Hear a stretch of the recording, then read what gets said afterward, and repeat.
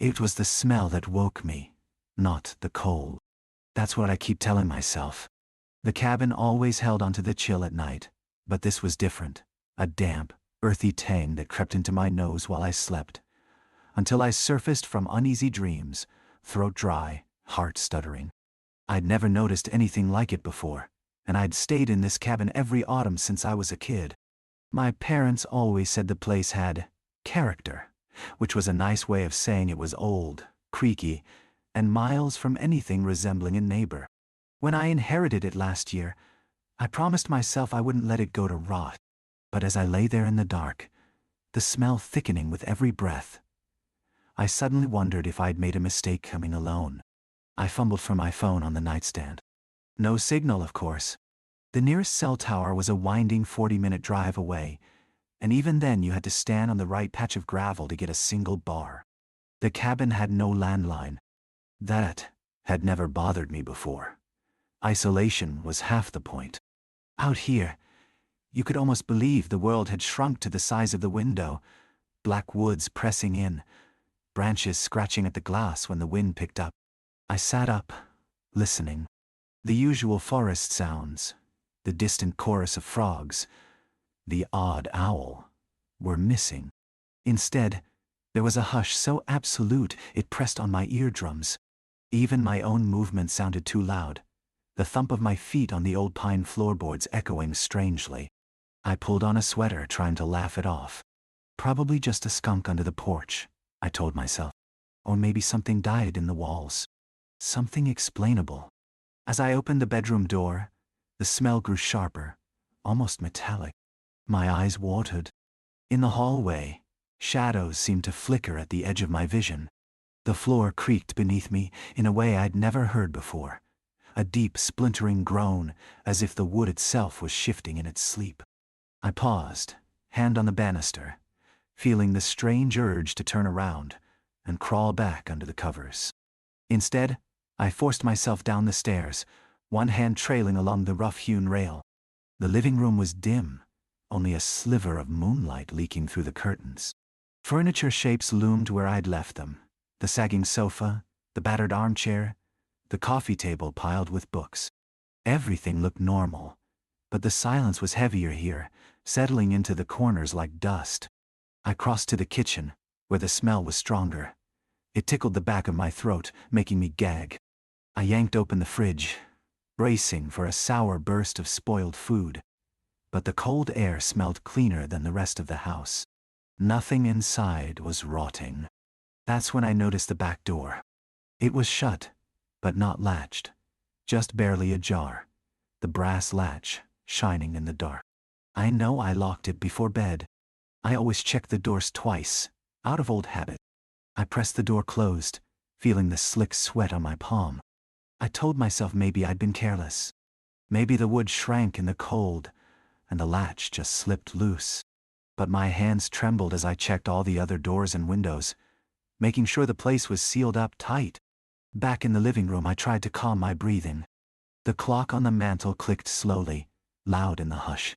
I sat on the edge of the sofa, clutching my phone like it was a lifeline, even though I knew it was useless. I tried to focus on the ordinary things, the faded quilt draped over the chair, the stack of old board games on the shelf. But my mind kept returning to that smell, and the way the silence seemed to press in, as if the cabin itself was waiting for something. Every time I glanced at the front window, I half expected to see a face peering in, pressed close against the glass. I stood up suddenly, unable to sit still. I turned on every light, moving from room to room. The bulbs burned too bright, throwing harsh yellow halos on the warped walls and making the shadows seem blacker. In the kitchen, the clock above the sink had stopped, its second hand twitching but never moving forward. I tapped at the glass, but it stayed stuck at 2:17. My own watch, still on my wrist, read 2:35. I told myself batteries die. Old clocks break. But I kept glancing back at it as I filled a glass of water, watching that stubborn red hand shiver in place. I drank the water standing at the sink, listening for any sign of life outside. The woods beyond the window looked impossibly thick, the trees crowding together, bark pale in the moonlight. The feeling of being watched pulsed at the back of my skull. I turned away, forcing myself not to look again. That's when I heard it, a soft, deliberate tap from upstairs. Not the random house settling, but a measured sound. Tap, tap, tap. My skin prickled. For a moment I just stood there, glass halfway to my lips, not breathing. I tried to tell myself it was just the old pipes, or a loose shutter in the wind. But there was no wind. I would have heard it in the trees. The air outside was dead still. I climbed the stairs slowly, every step groaning under my weight. I told myself I was being ridiculous, but my fingers curled tight around the banister, knuckles bone white. At the landing, I paused, heart thudding, and listened. Silence. Just as I was about to turn away, the noise came again, closer this time, just beyond the guest room door. Tap, tap, tap, tap. I pushed open the door with my foot, bracing myself. The room was empty, bathed in cold moonlight. Shadows lay along the edges, spilling from the corners. I stepped inside, scanning the walls, the old dresser, the braided rug. Then I saw it. The window was open an inch, the old sash pushed up, though I knew I'd locked it. The air that came in was colder than before, carrying a trace of that same earthy stench. I shut the window hard and latched it, then checked the closet, my breath loud in my ears. Nothing but mothballs and an old raincoat. I went back out, closing the door behind me. For a moment, as I turned, I thought I saw movement in the bathroom mirror at the end of the hall. A shape, thin and tall, reflected for an instant in the glass. My stomach dropped. I blinked, and it was gone. My own face stared back at me, pale and drawn, eyes too wide. I turned away, telling myself it was just a trick of the light, my nerves working overtime. Back downstairs, I made tea, hands shaking as I slopped water into the mug. Maybe I was overtired. Maybe the smell was mold in the walls, and the noises were just the house settling. I tried to focus on the familiar, the solid weight of the mug, the hiss of the kettle. The warmth seeped into my palms, grounding me. For a brief minute, I almost convinced myself I'd imagined everything. That fragile calm shattered when I heard the front door rattle. Not a knock, more like the door itself was shuddering in its frame. I stared at the knob, willing it to stay still. It rattled again, more violently, the latch jumping in its socket, as if something outside was testing the strength of the wood. My throat closed up. I set the mug down so hard it sloshed onto the counter, but I didn't care. I crept toward the entryway, each footstep impossibly loud on the old planks, telling myself it could be a branch in the wind, an animal. But I could see, through the narrow sidelight, that the trees weren't moving. The world outside was silent, except for the door, rattling again with a force that wasn't wind. I braced my shoulder against the frame, holding it shut.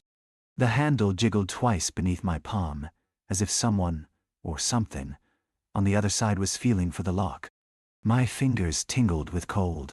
I squeezed my eyes shut for a second, listening, counting my breaths.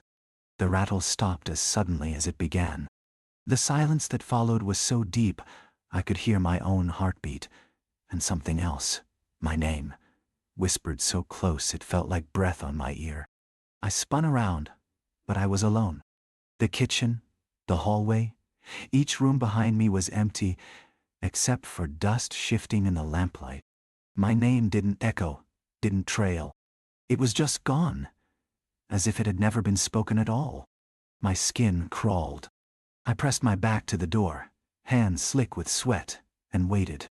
A long minute passed before I dared move. I checked the lock 3 times, then stumbled away, every part of me shivering now. I tried to calm myself down to think logically. Maybe I'd dozed off at the counter and dreamed the whole thing. Maybe I was just jumpy, so isolated after months in the city. But my hands still shook, and the taste of fear was bitter under my tongue. I retreated into the living room, curling up on the sofa, tucking my feet under me like a child. I kept every light on. But the brightness only made the shadows seem deeper, pooling under the furniture, clustering in corners the bulbs didn't reach. I tried to distract myself with one of the old board games, setting pieces out at random, but the plastic felt wrong. Sticky, as if someone else's hands had been on it moments before. I shoved it away and hugged my knees, listening. That's when I noticed the ticking had stopped. The mantel clock, so loud before, was silent. The hush was so complete I heard every creak, every sigh of the house. The pipes groaned, distant and low, but beneath it was another sound, a faint, scratching whisper, like fingers brushing along the inside of the walls. It seemed to move behind the plaster, circling the room. I stared at the walls, trying to trace the sound. It moved behind me, then overhead, then to the far side of the house. My skin prickled wherever the sound passed, as if static electricity was crawling over my nerves. I stood up, not sure where to go, not wanting to be anywhere but also unable to leave. My legs carried me to the hallway before I realized it. At the foot of the stairs, the smell hit me again, stronger, so thick it seemed to have texture, clinging to my skin. It was sweet now, almost rotten, heavy as wet earth after rain. I gagged and clapped a hand to my mouth. The staircase was steeped in shadow, even though I'd left the light on above. The bulb should have made a pool of yellow at the landing, but now it barely glowed, like something was swallowing the light. I should have left then, should have grabbed my keys and run. But something about the house itself held me, a sense of being watched so intensely that moving felt dangerous. I gripped the banister, fingers numb,